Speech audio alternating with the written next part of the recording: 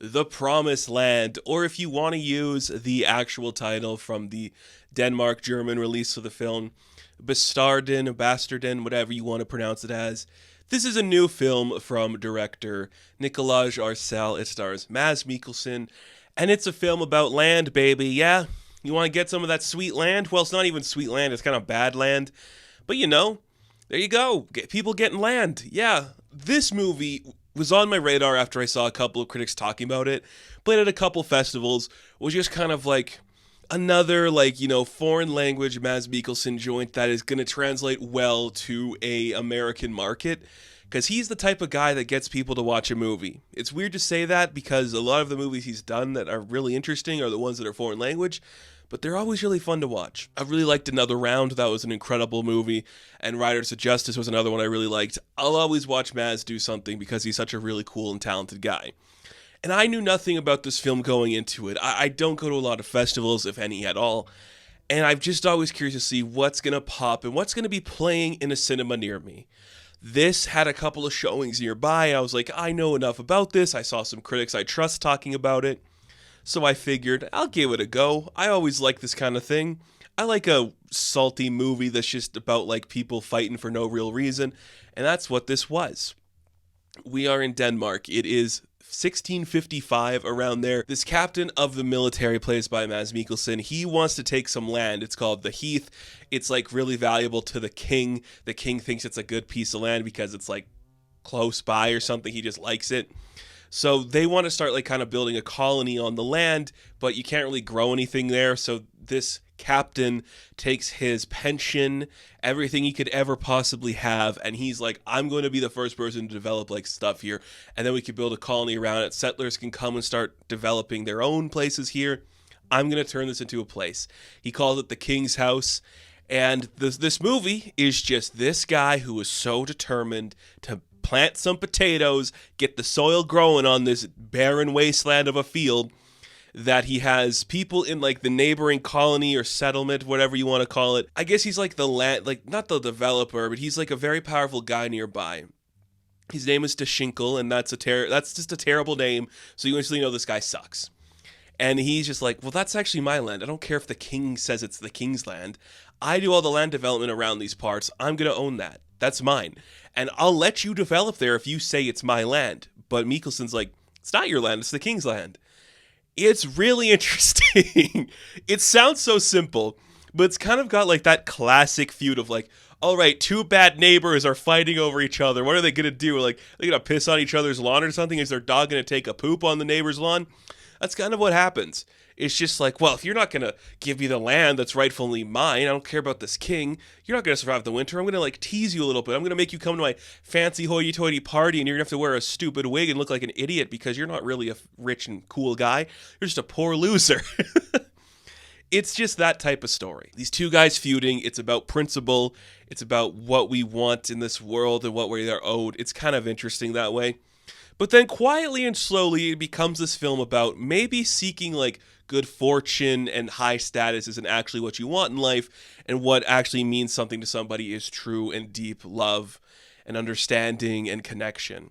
It becomes that pretty clear. The entire time this captain is looking to become something bigger than himself. He wants to be a baron. He wants to, have drinks with the king.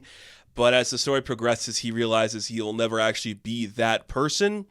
And what he actually wanted was to truly be loved by somebody. And that's a really interesting story to explore in any setting. When you have a guy like Mads Mikkelsen, who's just so talented and cool and just capable of doing so many things, it adds a layer of just intrigue and fun. He has a face you love to look at. It's very distinctive. It's very cool. And he is so good at just saying nothing and doing nothing and having the whole world be on his face in that moment. The dude's got a look that kills, and he kills it in this movie. Basic premise of this story. It's all about this stupid piece of land that nobody thinks anything can grow on. And we just watch people farming and gardening and trying to cultivate something here. And nobody truly thinks anything's going to really happen. It's just cheap, stupid shacks people are living in. There's like one goat and stupid birds sometimes. It's like nothing is truly here. But it's the center of the universe for this guy and all of these people. And it's just a really deep personal story in that way. There are a few times where the laughs that it's going for feel forced. But that's just because the Schninkel is just the worst guy you've ever met. And everything he does is crazy. But my goodness, does this movie look beautiful. The cinematography and the color grading alone are breathtaking because it's just like these matted neutral colors, just, dusty green plains and like stupid charcoal dusts where everything is just covered in a thin layer of like grime and dirt that hasn't been touched in a long time. And then when you go to like the high society events, everything is just like golden and white and just pure in these beautiful colors. It's a great contrast and it looks incredible and just adds something special to this already interesting looking movie. And then the haves and the have-nots part of it all, the high society looking down on the lower class, them having the slaves that they own and the mutilation of the slaves, the killing of certain slaves. It is all just helping you understand that this one guy, de Schninkel, is the worst person you've ever met. And it is incredible what happens with him, where it's just like, yeah, we want to see this guy lose. And of course he's going to lose. We're on the side of Mikkelsen the whole time. He does some unsavory things, sure, but he's a fairly good guy throughout most of the picture.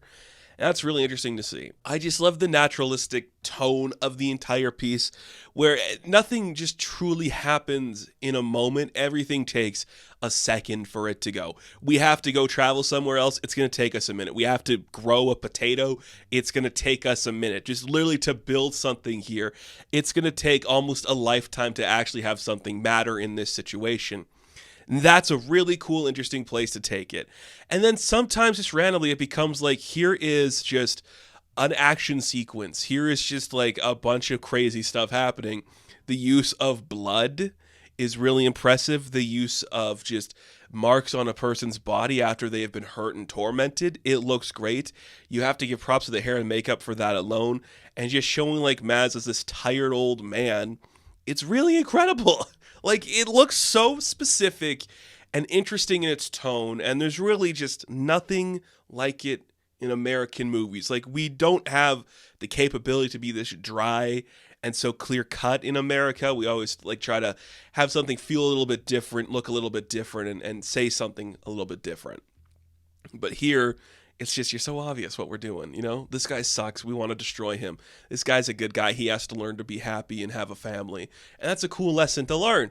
Because you're sitting in the audience, and me in particular, I was just like, oh, that's it. It's going to be a lesson of, like, maybe you don't need to be friends with the king. Maybe you just need, like, the love of a good woman who's going to, like, love you unconditionally. And you know what? Maybe that's all you need. Who cares about growing potatoes in this barren land that's not going to get you anything? You just want someone to love you, and that's kind of like a nice, pleasant thing to experience. But through that is beautiful cinematography, beautiful, lush landscapes. Everywhere we are filming, it looks so incredible. It is shot so magnificently. The costuming is immaculate. You have stellar performances each and every time. It's just gorgeous to see everything happening around here. Truly a breathtaking movie. And there are certain moments where you're like, where are we headed to now? It feels like all of the main plot beats kind of like took place, and we're just kind of in like the denouement for a little bit of it. But then we learn something new in the denouement, so it just keeps us getting new information and feeling something different and interesting. That's kind of impressive. This is supposed to be a guy rising to the top, but what he learns is the top isn't what it's cracked up to be. What's at the top is actually a bunch of shit. And that's a great lesson. And Mads Mikkelsen, a fantastic performance. If you have the ability to see this movie in a theater, I would recommend it. It looks great on the big screen. If not, whenever this is available on video on demand, or if it is now wherever you are, I say watch it because it plays so beautifully. It is really easy dialogue to follow. Like, even if you aren't really good with subtitles, this is still a story that tells itself perfectly well through the visuals on screen, where you could almost like have everything happen without the need for the dialogue, and you'd still understand what's being told. That's pretty impressive. It's a really fun movie. Please watch it. Being somebody who is a film critic online, it is always hard, especially in like this setting when I'm not on a big platform, to talk about a foreign picture and have the audience want to hear about that. If this does well enough, I would like to talk more about foreign films because I do think they are interesting and important and worth talking about. And this one is really beautiful because there's actually some great action in it too, so that's going to help a lot of people like it a little bit. And it's got Mads Mikkelsen, one of our favorite stars. He's just great. He's just great. So, The Promised Land, I am going to give a 9 out of 10. Now, thank you all for watching this review. Be sure to like and subscribe to the channel. As always, you can check me out on Instagram, TikTok, and Twitter. And of course, I will catch you in the next one. Have fun. Stay safe. Good luck.